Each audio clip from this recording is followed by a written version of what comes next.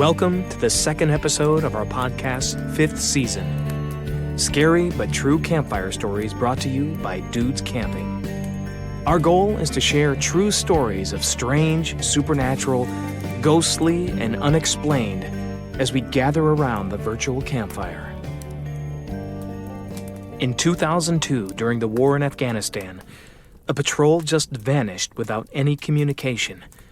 Red flags went up with the U.S. military, and they sent out a special operations team to recover any evidence and hopefully the American troops involved.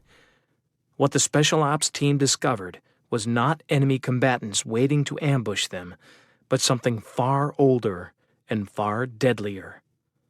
The legend seemed to first gain traction in 2008 on paranormal radio broadcasts, and the story was originally featured in L.A. Marzulli's The Watchers documentary series number 10, but was an interview with an eyewitness. Skeptics claim that there are no official records and all the visuals are fabricated, but since Marzulli broke the story in 2016, several other witnesses have come out with similar but not exact stories. And with the advent of AI-generated photos and videos, we are now seeing people trying to get internet fame by posting disinformation. These fakes should not distract from the eyewitness accounts and L.A. Marzulli's diligent fieldwork on this subject. Sit back, relax, and enjoy the Giant of Kandahar. It was the summer of 2002. A year into the war in Afghanistan. Operation Enduring Freedom, they called it. I was part of a 6-man special ops team deployed in a remote part of Kandahar, tasked with recovering another American patrol that had just vanished somewhere in the mountains of Kandahar. They hadn't called for help. They hadn't radioed an emergency. They had simply just disappeared. Intel gave us their last known coordinates, and before sunrise we were climbing through steep cliffs and narrow passes where even goats struggled to find footing. It was the kind of place where sound carried for miles, yet everything around us felt unnaturally quiet. The heat was oppressive, the terrain was unforgiving, and every step felt like walking through a field of eyes, being watched by unseen enemies. But nothing, absolutely nothing, could have prepared us for what we were about to encounter. "Something's out there," Corporal Jensen muttered. His eyes were scanning the dusky landscape. I remember giving him a nod, feeling the unease settle in my stomach like a stone. We tightened our formation and proceeded with heightened vigilance. Nobody talked much. Something just didn't feel right. After several hours, we found the first piece of evidence. It was a rifle. It was lying in the middle of the trail as if someone had simply dropped it. 20 yards farther, we found a helmet, then another pack. Torn web gear hung from thorn bushes. Body armor had been ripped apart like heavy canvas. We searched the area, and there were drag marks leading uphill, but there were no bodies, no blood. It didn't make any sense. We followed the trail until it ended at the mouth of a cave hidden beneath a massive rock overhang. A foul odor poured out of the darkness, like something had been living there for a very long time. I still remember the smell before I remember the fear. Then I noticed the footprints. They weren't boot prints. They weren't animal tracks. They were enormous footprints. Each one was almost twice the length of my boot. Our point man raised his fist. Everyone froze. Then we heard it. A deep growl echoed from inside the cave, low enough that I felt it more than heard it. The sound was so guttural and deep, it seemed to vibrate in my chest. We froze, every sense strained to its limit. The sound came again, closer this time. It was a mix between a growl and a bellow. A second later, something stepped into the sunlight. For a moment, my brain refused to accept what my eyes were seeing. It had to be 12, maybe 15 feet tall.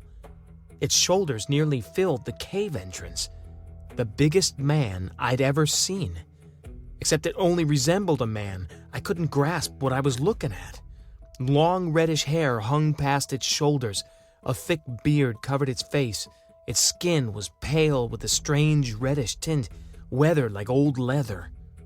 Then I looked at its hands. 6 fingers on both hands.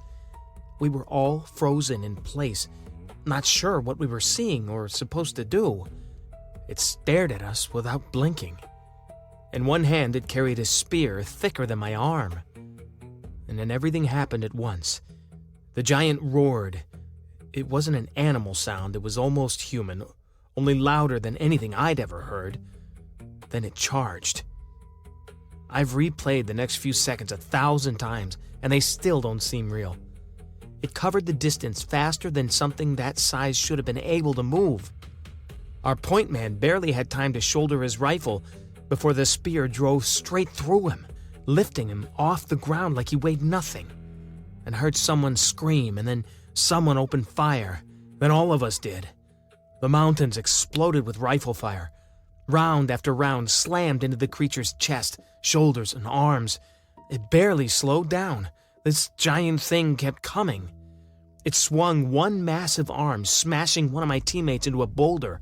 Another soldier disappeared beneath a shower of flying rocks. I remember thinking one thing. We're all gonna die here. Someone yelled, "Head! Shoot the head!" Every rifle shifted upward. Hundreds of rounds hammered into its face and neck. The giant stumbled. It roared again, louder this time, and dropped to one knee. And we didn't stop shooting. More rounds struck its skull. Finally, impossibly, it crashed to the ground. The earth shook beneath my boots. Then there was silence. No one moved. No one spoke. All I could hear was my own breathing. The thing lying in front of us could not exist. Yet, there it was. Our radios crackled back to life. We reported contact, not with the enemy fighters, not with the Taliban. We didn't even know what words to use. Hours later, a heavy lift helicopter arrived. We were ordered away from the landing zone, while crews secured the body beneath the aircraft with cargo slings. Even from a distance, I could see how enormous it was hanging beneath the helicopter. It looked impossible. When we returned to base, we were separated and interviewed individually. Every detail was recorded, every weapon was inspected. Then came the order. What happened in those mountains never happened. We were told never to discuss it, never to write about it, never to acknowledge it.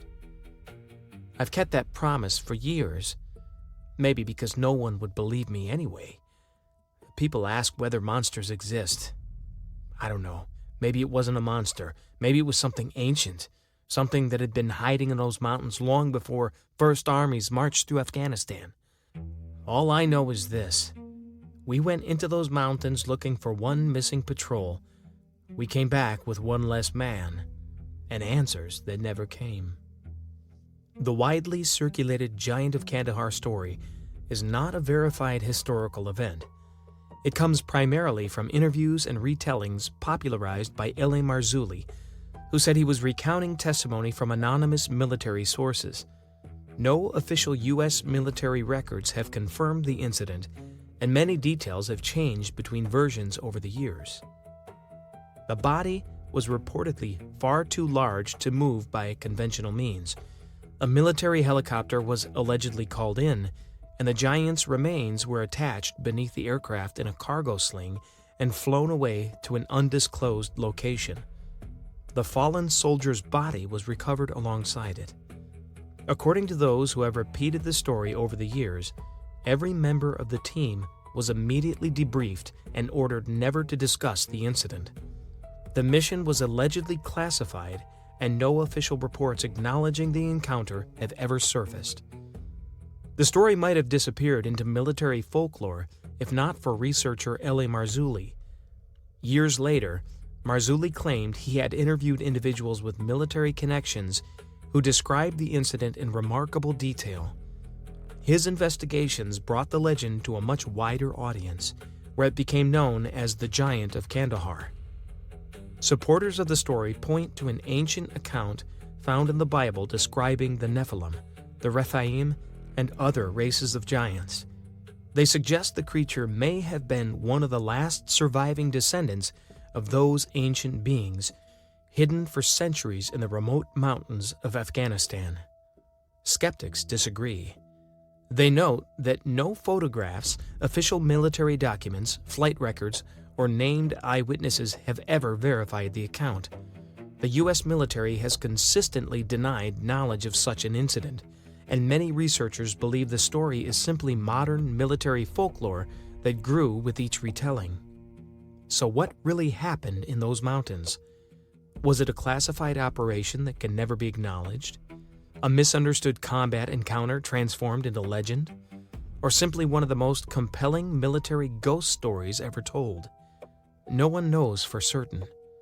But somewhere in the mountains of Kandahar, where caves disappear into the ancient earth and history stretches back thousands of years, the legend of the giant continues to grow. Whether fact, folklore, or something in between, it's a story that refuses to die.